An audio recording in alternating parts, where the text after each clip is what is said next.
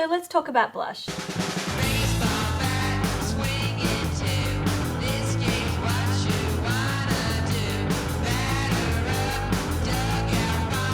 Pull up a chair, grab a snack, and we're going to deep dive into the complete history of blush.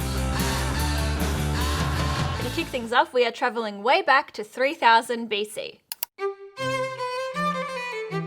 Blush has been around for a long time, as far back as ancient Egypt. People of all genders were thought to have stained their lips and cheeks with red ochre, a pigment made from clay that was mined, washed, and dried in the sun. It may also have been used in other parts of the world around that time. At least one fresco, aka a mural painting, from the Bronze Age in Santorini has been found featuring a woman with red cheeks. It is thought that the Greeks used crushed mulberries on their cheeks, and the Romans used red vermilion, which we wouldn't recommend seeking out because it comes from cinnabar, which comes from mercury and can be toxic.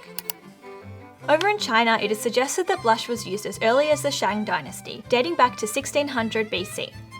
By the Tang dynasty in 719 AD, imperial concubine Yang Guifei regularly wore heavy blush at court before it became more accessible to the public. In this era, red cheeks were likely associated with good health, so people often reached for safflower to create a rosy hue.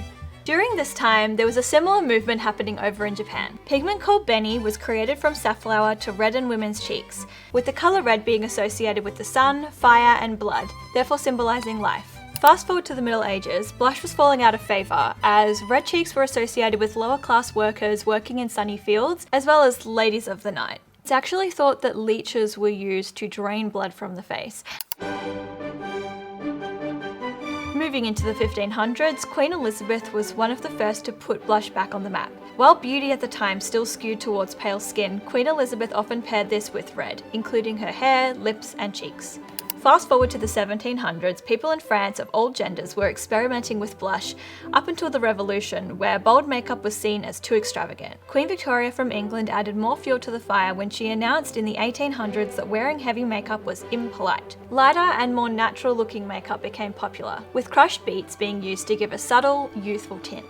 In the later 1800s, women were making their own rouge at home. One recipe from the Ugly Girl Papers of 1875, which is a horrible name by the way, included a recipe of carmine, oil of almonds, and French chalk.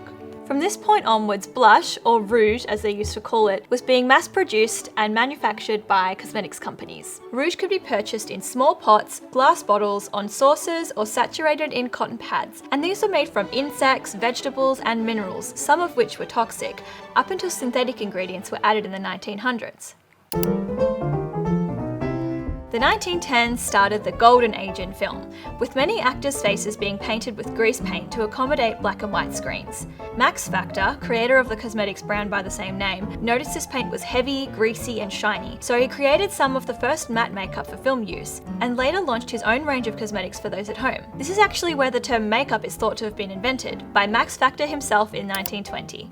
The Roaring Twenties amped up the excitement. Women rebelled against societal norms, dropped their waistlines, cut their hair, and rocked bolder makeup looks. Of course, fuller glam was reserved for parties and nightlife, whereas daytime looks were more subtle. As we entered the 1930s, 40s, and 50s, blush was a standard beauty item. By this point, we actually start seeing the big brands that we still use today, like Maybelline, Lancome, Rimmel, Revlon, and Estee Lauder, bringing these products to the mass market. During the 60s, eyes were the star of the show, so blush was seen in soft and peachy tones. The 70s were a bit more experimental, with an array of pastel pinks, oranges, and purple blush being introduced.